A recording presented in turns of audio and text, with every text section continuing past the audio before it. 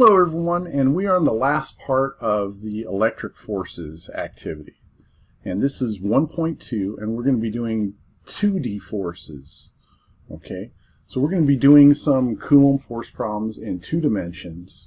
And then what we're going to do is, in the last part, is we're going to try to integrate some of the force problems from your Physics 121 class.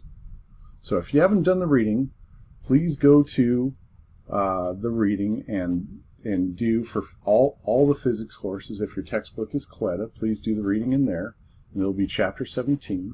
If you're using OpenStax, please do chapter 18 in the college physics course. If you're doing university physics, it'll be chapter 7 in the OpenStax volume 2.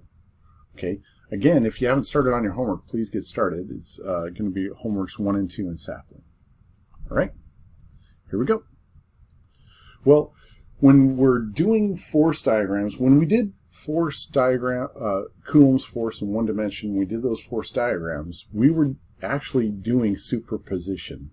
By adding vectors together, you're actually doing the superposition principle for the electric force, which means you have to add the overall net force of all of those force vectors to each other, and that will result in a net electric force, and that'll be equal to the mass times acceleration of whatever object that you're doing the free body diagrams on. Okay, so what we're going to be doing now, we're going to be moving to 2 dimensions. That means there's going to be a positive and negative x-axis just like before, but also we're going to be doing positive and negative y-axis problems. So the best way to teach this is to actually give you a problem to work on. Okay, so here we go. Here we have a problem where we have a positive q sitting here in the center. Okay, and we have a positive 4q just below it at distance d, and we have a positive 2q just a distance d to the left. And we want to know what is the direction of the net force acting on this positive blue q charge. Will it be in the direction of A, B, C, D, or E?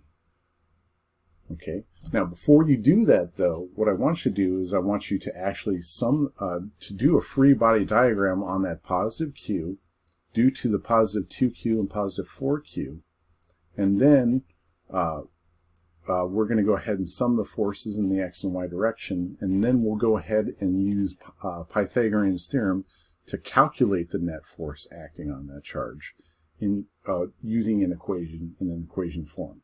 Okay, so let's go ahead and try it. So first of all, try answering the question to see what you think. Okay, and try to give a good reason why. Is the green or brick color charge going to be stronger? Which one's going to be weaker? And how is that going to result? Is one charge going to push it to the right more than repel it up? I don't know. You'll have to figure that out.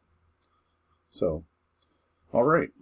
Well, I've learned not to really try to answer the initial questions. What I'm going to do is go back to our procedure. So whenever you're doing a force problem, the first thing you have to do is do a free body diagram. Okay.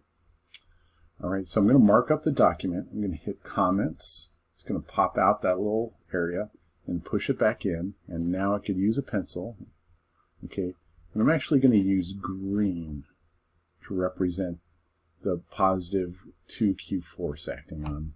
So we're going to do that positive 2q object is going to be pushing our positive q object to the right. And I'm going to label that a positive 2q, and it'll be pointed to the right. Okay. Now our brick color guy, and orange is the best shot I got, is going to be repelling our blue charge upwards, and I'm guessing that this force is actually going to be twice the size of our green force. In fact, I'm going to reduce the size of our green force a little bit due to my guess. So our green force is going to be half the size of our brick color force.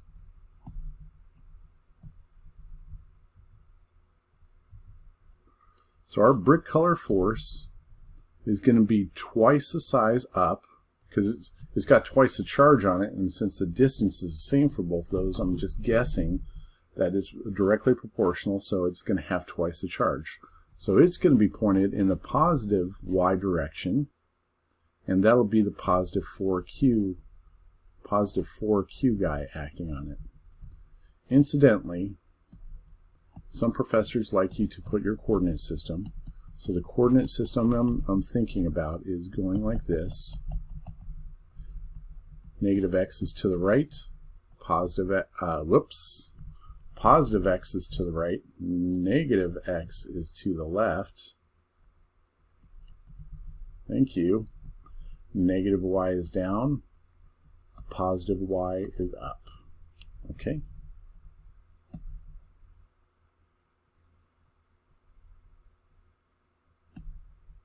All right. Now I'm going to switch back to the color black. Okay? So it looks like this object is going to be accelerating to the right. So it's going to have an a positive x direction acceleration vector, and it's also probably going to have a positive y direction acceleration vector. So I like to put those on as well, but not attach them to my force diagram, just for notes. And that's to let me know probably the direction that the net force is going to be. Okay? Well, now let's sum the forces in the x direction. Okay? Well, I see that green force is a positive, so it's pointed to the right, so that's a positive, and it's a positive 2q, and that's equal to mass times acceleration in the x direction, which means that positive force, so I'm going to put a positive out in front to show that it's moving to the right. Oh, it's got a force to the right. This is going to be K, and then I'm going to do my blue charge first, which is going to be positive capital Q, and our green charge is a positive 2q, and that is a distance d apart. Those two guys are just a distance d apart. Okay? And I'm going to just put the equal sign here.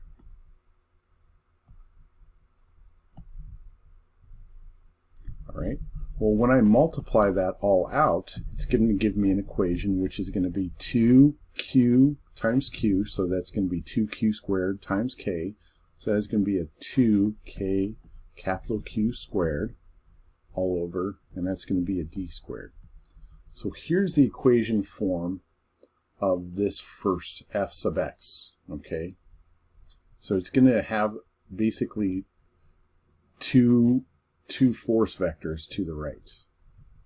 Okay, in the y direction, the brick colored force is going to be pointed up, and that's going to be the 4q guy, and this should be capital Q here, and that's pointed up, and that's equal to mass times acceleration in the y direction. Well, that force is pointed up, so I'm going to bring the positive out in front, and that's equal to k times our blue q for charge first, and then I'm going to do our positive 4q charge next, and it's also a distance d away. Well, it's a d under our blue charge. And so this is going to result in 4q times q times k, so that's going to be 4k capital Q squared, and it's all over d squared. And that's going to be pointed in the positive y direction. Well, if you look at it, this means this. It's got twice the force to the right. So it's got, twice the force up. So it's got twice the force up, positive 4k Q squared over d squared up, and then it does to the right. That is going to be positive 2k Q squared over d squared. Which means if it starts here, it ends here. That means that net force is going to be up and to the right, which looks a lot like B. All right? And so this is a problem where you're just supposed to reason through and try to do your best, and then you're going to do some vector addition, which is superposition stuff, okay? Incidentally, if you wanted to get the net force vector, which is the addition of these two vectors, that's just the hypotenuse, right? So that's F net, and that's going to be equal to the sum of forces in the x direction squared plus the sum of forces in the y direction squared, square root, so that's Pythagorean's theorem, which would be just the square root of 2kq squared over d squared that you're going to be squaring, plus 4kq squared over d squared that you're going to be squaring.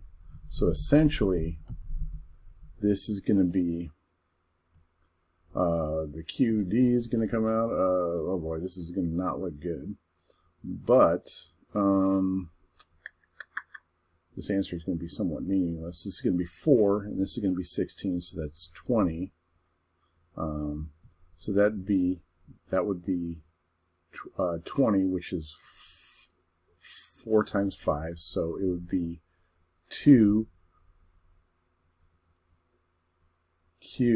over d, and that'll be the square root of 5k.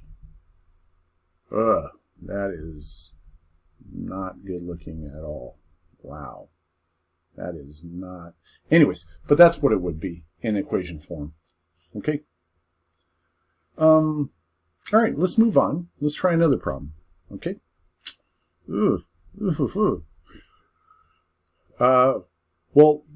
I want you to try this problem on yourself. This is kind of like the opposite of... Well, this is the same kind of problem, but now you've increased this distance by a square, right?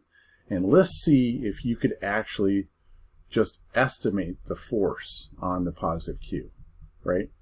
So this positive 2q, is it going to have a large or small attractive force in comparison to the positive 4q? We know the positive 4q is going to have this big of a force, and I think we saw that it was positive 4kq squared over d squared. So we worked this out as positive 4kq squared over d squared, and that was equal to mass times acceleration of the blue guy. So this is going to be there. But this charge now, not only is it weaker in charge, but it's now further away. So it's going to be a much smaller force to the right. In fact, that it's still going to be a force to the right, and the resultant vector is going to be up and to the right. So this force is going to be now to the right, and it's going to be k times our blue charge times our green charge all over, now it's 2d away that we're squaring, and that's equal to mass times acceleration in the x direction. This is the y direction, which is equal to 2kq squared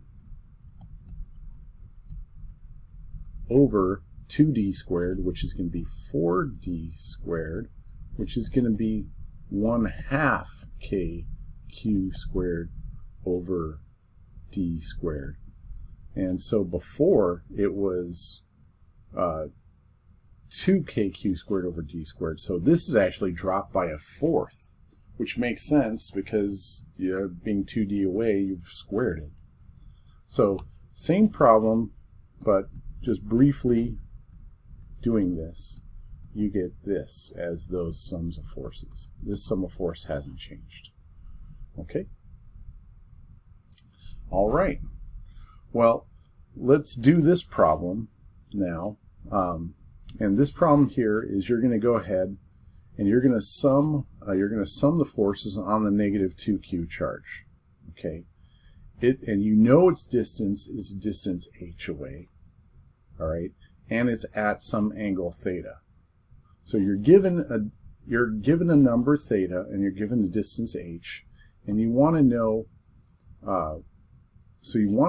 We're going to write an expression for the net force on the negative 2q charge, and then we're going to, since this is in 2 dimensions, we're going to have to break that force up in terms of the x and y direction, in terms of the distance h and theta. So go ahead and do a force diagram on the -2q charge. Okay. And I'm just going to make it easier for us. I'm going to move this guy over here. Actually, let me do this. I'm going to just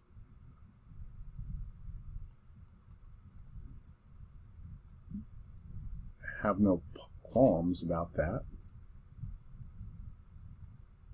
We're going to just do a force diagram on our 2q charge like this. Okay. All right, so what I want you to do is I want you to do a force diagram on your -2q charge and sum the forces on it, and then you're going to have to create a you're going to break up that forces into its components in the x direction and y direction in terms of theta and h. Go ahead and try this now. Okay, well, we're back. Hopefully you've tried this out and you've tried working through the problem. Well, let's do a force diagram on this. So again, I'm going to mark up this document by clicking on the comments, hitting our tools. Now we're going to use a pencil, and I've got the colors black. So this -2q charge is going to be pulled down and to the right towards that positive q charge. Okay. All right. So its overall force is going to be down and to the right. Okay.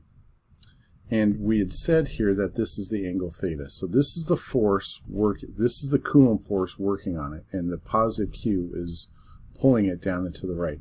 You're not going to put a direction to this, right? Because directions are associated with the positive and negative x-axis and positive and negative y-axis. In fact, I'm going to put those on here. Okay, so I'm going to put that axis, those axes here. Okay. So we've got a positive x, negative x, positive y, negative y. So any vectors pointing down are negative, any vectors pointing up are positive.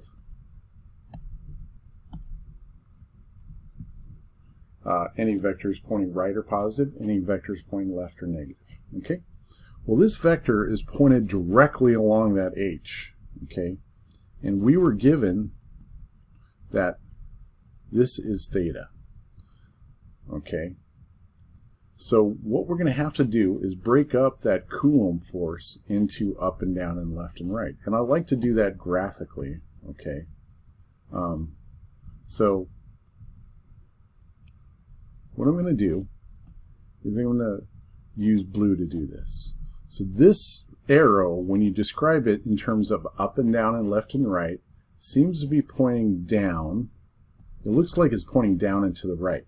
So starting from the object, you draw a down arrow and then draw a right arrow. And that is our forces in the x and y direction. Now we're going to label those forces. Okay?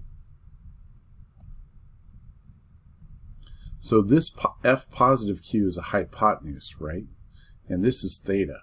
So this side over here, is that going to be opposite or adjacent to it? And here's what I'm thinking. Sine of theta is going to be equal to opposite over hypotenuse. Okay? And so hypotenuse sine of theta is equal to the opposite side. Cosine of theta is equal to adjacent over hypotenuse. That's A. And so so hypotenuse cosine of theta is going to be the adjacent side, right? So theta is this side right here, the down vector, is pointing down, and so that's pointing in the negative y direction. So this is going to be equal to the hypotenuse sine of theta. So this is going to be negative because it's pointing down. Positive q, our positive q is causing our force, so I note that there. And this is going to be sine of theta. So that's pointing in the negative y direction. The horizontal part component of this force is going to be pointing, is cosine of theta, right? It's the adjacent side to the angle. So this is going to be pointing in the positive x direction, So that's going to be positive q, and it's going to be cosine of theta. All right. Well, now we're going to sum our forces in the x direction, and we're going to sum our forces in the y direction. Okay? Well, let's sum those forces. In the x direction is going to be positive F is pointing to the right, and that's positive Q. This positive Q is causing the force on the negative 2Q, and that's going to be cosine of theta. Well, theta is one of our givens, and so that's going to be equal to mass times acceleration in the x direction.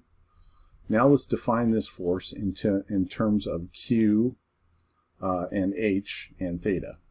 Well, that force is going to be positive, and we're going to do K, and we're going to do our negative 2Q first, and then the positive Q is acting on us, and that's all over a distance H apart that we're going to be squaring. Okay, cosine of theta. So this right here is going to then be, the negatives come out, it's absolute values there, so that's going to be 2kq squared, pointed to the right, over h squared cosine of theta. And that's going to be our mass times acceleration, x direction. So this is what they're looking for in the x direction. Okay. Notice this h wasn't this distance h. The Coulomb force says that it's the direct line distance between the positive q and the negative 2q, which we had defined, was already given to us as h. So you simply put this here. The only difference between the x direction force and the y direction force, okay, so the y direction force is going to be pointed down, and that's also due to the positive q. So it's going to actually be the same force. The only difference is the fact that this is the sine of theta and is pointed in the y direction. Okay, so this force right here is also going to be negative 2q times a positive q all over h that you're squaring sine of theta. Okay, so it's actually the same force, but it's pointed down, so it's the same force in magnitude, but it's just pointed in the sine of theta direction, and that's equal to mass times acceleration in the y direction. So this is what they're asking us to do. Okay? So here's an example of a problem when you're given theta and you're given the distance h, and this is how to solve it. What you do is you have to determine that will be a diagonal force, and in free body diagrams you're going to have to break up those forces in terms of up and down and left and right. Anytime you have a diagonal, it has to point on our coordinate system, correct? Which we have drawn here. And then you'll go ahead and break up that magnitude. Basically, this force right here is this force right here. This force is 2kq squared over h squared. Okay, I want to point that out too.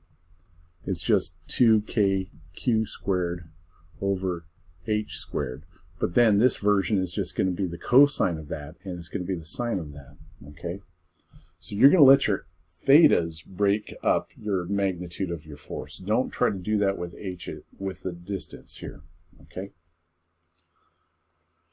Okay, hopefully you're learning a lot. Let's do another problem. Here's an example of a problem, and it's another type of problem where they're not going to give you theta, and they're not going to give you the distance apart. So they're not going to give you the distance apart, and they're not going to give you theta. You're going to have to determine that. But again, it all starts with a force diagram. So go ahead and pause the video now, and I'm going to actually put in here a positive 2q right here, and you're going to do a force diagram on it. It's going to be the same diagonal vector, but now you're going to have to do some pre-work before you do this. So you're given the x and y. You're given the x distance and the y distance, but you're going to need to figure out h and theta. Okay? All right, pause the video and try it out now. Well, hopefully you've tried it out. So again, I'm going to mark up this document, and what we're going to do is we're supposed to get our answers now in terms of K, Q, also X and Y. All right. Well, here we go. The first thing that we're going to actually need to do is we need to get the straight line distance between these two guys. And so I'm going to define that as a distance d. Well, what is this distance? Well, we're given the x distance and we're given the y distance. So what do we do to find this distance d apart? What do you guys think? Yeah, it's Pythagorean's theorem. So this is actually going to be d squared is equal to x squared plus y squared, or in other words, it's equal to the square root of x squared plus y squared. Okay? And I'm doing this before I do my force diagram. All right? One of my unknowns is going to be the straight line distance between the two. The other unknown is going to be the angle theta. And for the purposes of this, I'm going to actually choose this as theta up here. So make it a little bit different from the other problem. I just want to point out that horizontal is not always cosine of theta, and this will help you out. All right. So I want to define that angle theta now in terms of x and y. So how do I do that? Well, theta is going to be, so the tangent of theta is going to be equal to opposite over adjacent. Well, the side opposite theta is going to be x. All right? And that's x, and the other side is y. So theta is now going to be the inverse tangent of x over y. So now we have what this distance is, and now we have theta. And so now it's pretty similar to this last problem that we just did. Okay? So if you're ever given a problem like this, the first thing that you're going to want to do is find the straight line distance, and just when you start to do your force diagram, you're going to notice that this is a diagonal, just like before, and that is the Coulomb force due to the positive charge, and that you're going to have to break that up into up and down and left and right.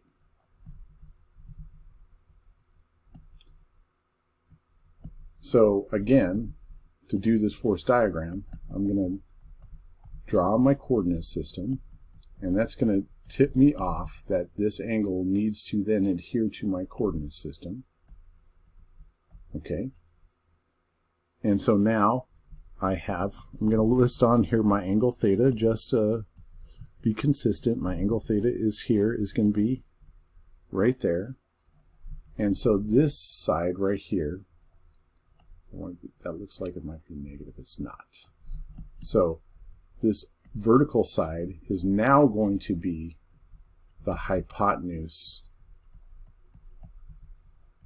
cosine of theta, and that's going to be pointed down in the negative y direction. Okay? The horizontal is now going to be positive because it's going to be pointed to the right, and that's going to be a positive q, and that is now going to be sine of theta because we chose theta to be up here. So now when we sum our forces, okay, we're going to sum our forces in the x direction. That's going to be equal positive f, positive q, and that's going to be sine of theta, and that's going to be mass times acceleration in the x direction. And so that positive is going to go out in front, and that's going to be k times our negative q times our positive q all over that distance, and that's the distance d squared sine of theta. And so that d squared is the square root of the square of that, which is going to, so I'll just put here that d squared is going to be x squared plus y squared. So d squared is equal to this. You're going to take the square of the square root, and what you'll have here is 2kq squared all over d squared, which is going to be x squared plus y squared. It was the square root of a square, and that's going to be sine of theta, but that theta is actually the inverse tangent negative 1 x over y. And so this is our answer for the x direction.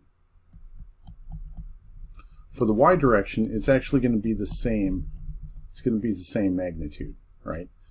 For the y direction, it's going to be 2kq squared over x squared plus y squared. It's the same thing, right? But it's going to be cosine of theta, and it's going to be pointed down, and that theta is going to be the inverse tangent of x over y. All right?